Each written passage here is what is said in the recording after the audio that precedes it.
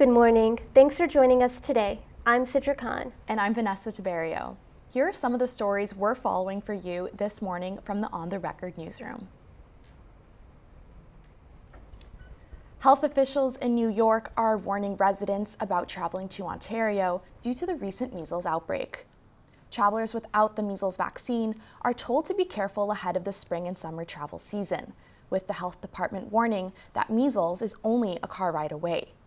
This year, measles cases in Canada and the U.S. have already surpassed the total number of cases in 2024. In Ontario, just over 650 cases have been reported since January. The U.S. has reported 483 cases across 20 states this year. Health officials advise travelers to be fully vaccinated at least 2 weeks before departure. The TTC has announced much-needed upgrades at Bloor Yonge Station. The upgrade is a 3-phase plan to enhance commuter life and boost capacity during rush hour. The $1.1 billion project will add a second platform for Line 2's eastbound service and an expansion on Line 1's platform. There will also be new elevators added throughout the station and a new accessible entrance on Bloor Street East's south side. Though the TTC did not specify when these upgrades will begin, officials hope that the station will accommodate more commuters once they are completed. Toronto's University Health Network has launched a campaign to recruit 100 medical scientists from around the world to support Canadian research and innovation. This initiative is part of the Health Network's Canada Lead strategy, which the organization says will boost the country's economy. This is among the latest initiatives to boost Canadian industries amidst the ongoing trade war with the U.S. Scientists from the U.S. are among those being recruited, as the American government is laying off thousands of researchers at health agencies such as the CDC. Included in the program is a 2-year research funding commitment and mentorship from the organization. Premier Ford also announced earlier this week his plans to run ads in the U.S. to attract scientists to Canada. On Tuesday, President Donald Trump imposed a 104% tariff on all Chinese imports. This comes on top of China's tariffs that were in place before Trump's second term. China was set to increase tariffs by 34% as part of the reciprocal tariffs package, but after a failed agreement between the two nations, Trump increased the tariffs. Last year, China was America's second largest source of imports, shipping a total of $439 billion worth of goods.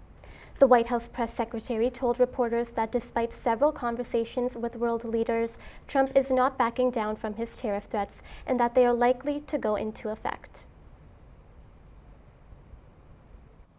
The new St. Lawrence Market North building is finally open after years of construction delays. The multi-use building sits on the northwest corner of Front and Jarvis Streets across from the main market. The long-awaited project was first approved in 2008 with plans to open in 2014. But it was pushed back for years, with construction eventually starting in 2019. The building also faced a number of cost increases, rising from $75 million to a final price of $128 million. The new 5-story building is expected to be open 7 days a week for local markets, trade shows, and other public events. It hosted its first farmers market on Saturday, with its official grand opening set for May 10th. TMU held its very own Day of Pink event yesterday. This initiative looks to fight oppression towards the 2S LGBTQIA+ community. OTR's Gabriela Silva Ponte reports. Students, faculty, and community members came together to fight transphobia and homophobia at the Student Learning Center's 6th floor this Wednesday. So while it does feel scary, I just want to remind you that we have always known we'll survive, and you will too. So I just, in a time of fear, you have to have that resilience. The Day of Pink is an initiative created by Canadian high school students. It is commemorated on the second Wednesday of April each year. Toronto Metropolitan University's event had a keynote speaker. Shaylazon LaRue is a Two-Spirit Dene First Nations multidisciplinary artist and appeared on Season 3 of Canada's Drag Race. I think it was very important to remind the audience and community of our history as Indigenous people and that we've survived through so many of these things and that our stories would help impact, I guess, ongoing narratives. I think a lot of people are very fearful in this time. And I always love to remind people that we as Indigenous people have faced these issues time and time again. And so in collaboration and connection to community with us, a lot of these issues could be resolved. Attendees were encouraged to wear pink.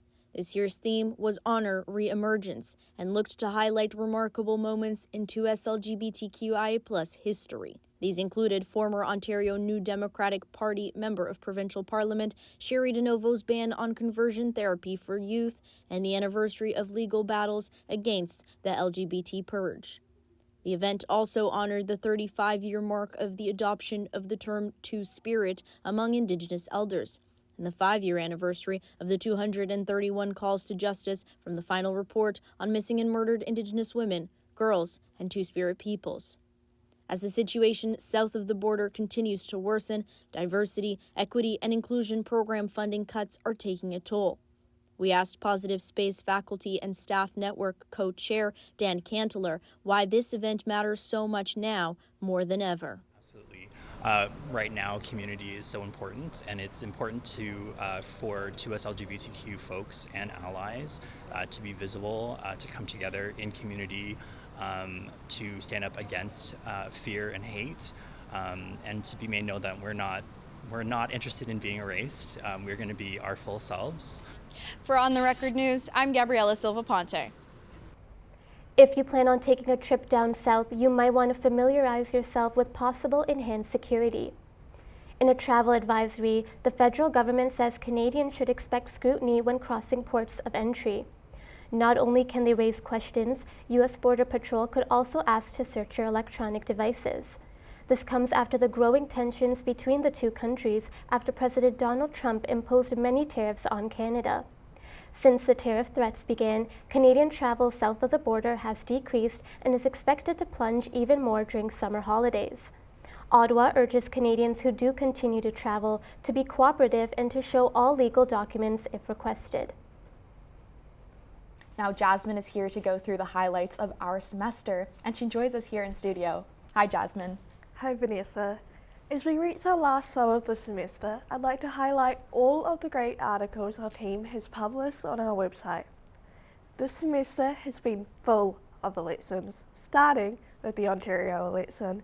Our reporters covered the standings and campaign updates right up to new election night, working hard to ensure the community was informed about all the candidates before voting. On the night, we had our live broadcast. We gave poll updates from the studios with teams at the major leader headquarters. Our own student union here at TMU held its election, which was full of controversy and date changes. Our reporters were dedicated to releasing updates and investigating what was happening and how it affected students. And with the upcoming federal election, we released a special print edition with 8 stories about it. Each one covers a unique aspect from policies and campaigns to voting day. The paper is still available at stands all around campus, and all of the stories are also uploaded on the website to read. We were also able to highlight some of the arts and cultural events happening. From photography exhibitions to fashion shows, the brilliant creative work at TMU has inspired us all. This year, the 47th International Women's Day March was held in Toronto, and we were able to share some of the stories of those there. We have also featured some of the inspiring women in politics. The TMU Bold had a strong semester, especially the men's hockey team, and we were there to give updates throughout the season. We also covered the booing of national anthems at games, showcasing the political use of sports. Finally, we covered the measles and norovirus outbreaks and advised our readers on how to avoid falling seriously ill this winter. Those have been our highlights from the newsroom this semester. I'm so proud of everyone here and all the work we've done. Our stories are all available on the website to read after this broadcast, and don't forget about our paper. Now, back to Sidra and Vanessa. Thanks, Jasmin. There's a major fashion event coming up this weekend. Mass Exodus is an annual end-of-year fashion show organized by and featuring TMU students. Haley Sengsavanh caught up with some of the students ahead of Saturday's show. Mass Exodus is one of the largest student-run fashion events in the world. This year's show will be held at the Student Learning Center this Saturday. It is organized each year by students in the Live Event Supercourse. The theme of this year's event is Blended. The event will be split into 3 different shows featuring final year designers. There will also be an exhibition featuring final year projects, including photography books, traditional handcrafted garments, and more. Blended is really about giving the space back to the designers, and I hope that the guests, the designers, the models, photographers, makeup artists, when they enter the space, whether it be the runway or the exhibition, they can see that we were really trying to create a space for them. The digital team is in charge of managing the Mass Exodus social media and website. This year, they are spotlighting guests who wear sustainable and locally sourced clothing on their Instagram story. Also, being sustainable is a big part of MassX. We really try and promote that. So hopefully this gets more people to kind of align with those values. It is also the first time that the exhibition will have an opening night, giving students the opportunity to network with industry professionals and professors. As a final year fashion student, to get your foot in the door into the industry, it's very difficult. And this is not just an opportunity to show your work, but an opportunity for the future of these students. All 3 shows for Mass Exodus are already sold out, but for those interested, they can still visit the exhibition, which is open to the public for free. For On the Record, I'm Haley Sengsavanh. Now let's take a look at an exciting week of sports news with Meaghan Beavis. Thanks, Vanessa and Sidra. History has been made in the NHL.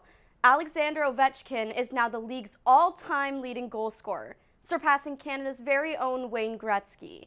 The record was beaten with Ovechkin's 895th goal on Sunday against the New York Islanders. Ovechkin's goal came on the power play, assisted by Tom Wilson and Dylan Strome, capping off a milestone weekend that began with a 2-goal game Saturday against the Blackhawks.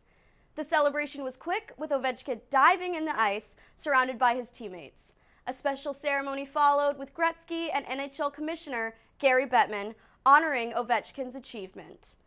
A historic moment for hockey as Ovechkin takes his place at the top of the all-time goal-scoring list. Toronto Blue Jays fans are celebrating a home run of a deal.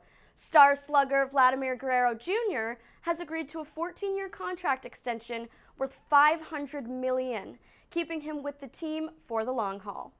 The 26-year-old first baseman, in the final year of his current contract, will stay in Toronto after months of negotiations, which were confirmed Monday morning by multiple sources, including the Canadian Press and ESPN. Fans are ecstatic, with one Twitter user writing, "Vladdy is a Blue Jay for life." This record-breaking deal is the largest in franchise history, surpassing George Springer's $150 million contract from 2021. It's a huge win for general manager Ross Atkins and the Jays front office, who faced heavy criticism this offseason. Vladimir Guerrero Jr. will continue to be the face of the Blue Jays for years to come.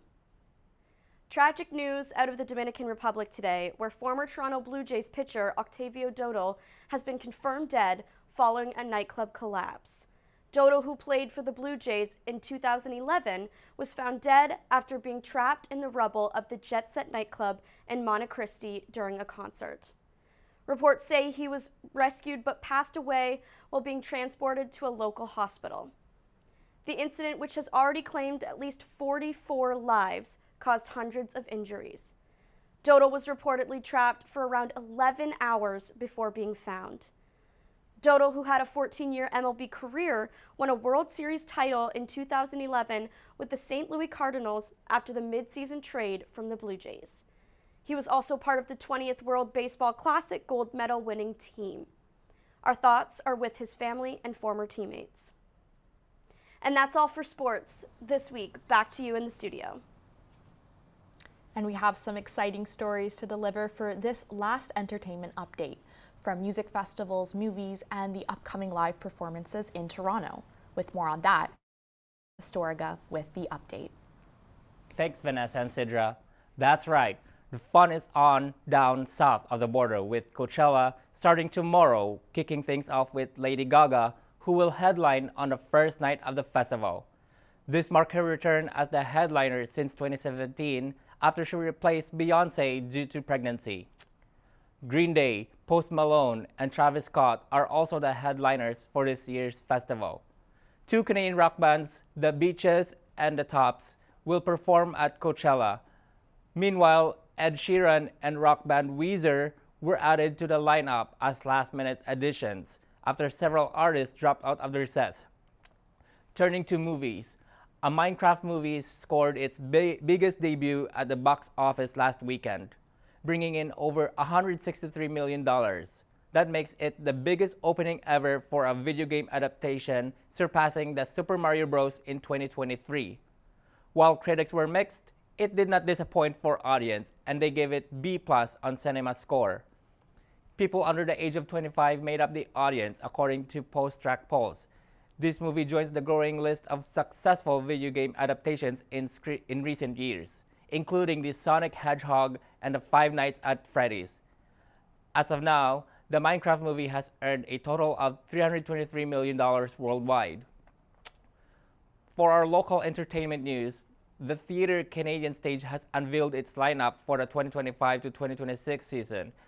This upcoming season will premiere 9 plays beginning this summer, starting with a new production of Romeo and Juliet, which is set to hit the stage at the High Park Amphitheatre. 3 American plays will be featured in the lineup, and one of them includes the controversial production of Slave Play, which revolves around interracial couples and undermining the history of slavery, and it will premiere at Berkeley Street Theatre. And that's all for your entertainment update. For On the Record, I'm Rex Astorga. Back to you in the studio. Thanks, Rex. Well, the weather in Toronto has been rather unpredictable in the last few weeks, with sunny skies one day and ice storms the next. Now let's go back to reporter Haley Sengsavanh, who's also got today's forecast for us and a projection for the next 5 days. Thank you. This is On the Record weather. Let's take a look at today's forecast. Make sure you grab an umbrella and bundle up today before you leave the house. Toronto will only reach a high of 3 degrees today. I'm sure many of us are ready for warmer springtime weather, but unfortunately there is a 70% chance of rain or snow flurries today. With the wind chill, it is expected to feel closer to -4 degrees. The forecast today is pretty even across the board. Barrie and Peterborough up north will reach a high of 4 degrees today. Just like Toronto, Newmarket, Oshawa, Brampton, Mississauga, Guelph, and Kitchener will also only reach a high of 3 degrees. Meanwhile, Hamilton will reach a high of 4 degrees. St. Catharines will be the warmest today, but only just by a little. It is expected to reach a high of 5 degrees there. Let's now take a look at the forecast for the next 5 days. The weather tomorrow in Toronto will be yet another cloudy day with a 40% chance of showers. It will reach a high of 6 degrees and a low of 3 degrees. Heading into the weekend, Saturday is predicted to be more of the same. It will also be cloudy with a 30% chance of rain. It is expected to reach a high of 9 degrees and a low of 3 degrees. Luckily, things seem to turn around on Sunday. The forecast shows that we're expected to see some sun along with some clouds. It will reach a high of 12 degrees, double digits, and a low of 3 degrees. Going into next week, Monday will also be a mix of sunny and cloudy, reaching a high of 14 degrees and a low of 9 degrees. Then on Tuesday, we're expected to have another half sunny and half cloudy day. It is expected to reach a high of 15 degrees and a low of 2 degrees. But make sure you still pack that extra sweater because the wind chill could make it feel like -5 degrees at night.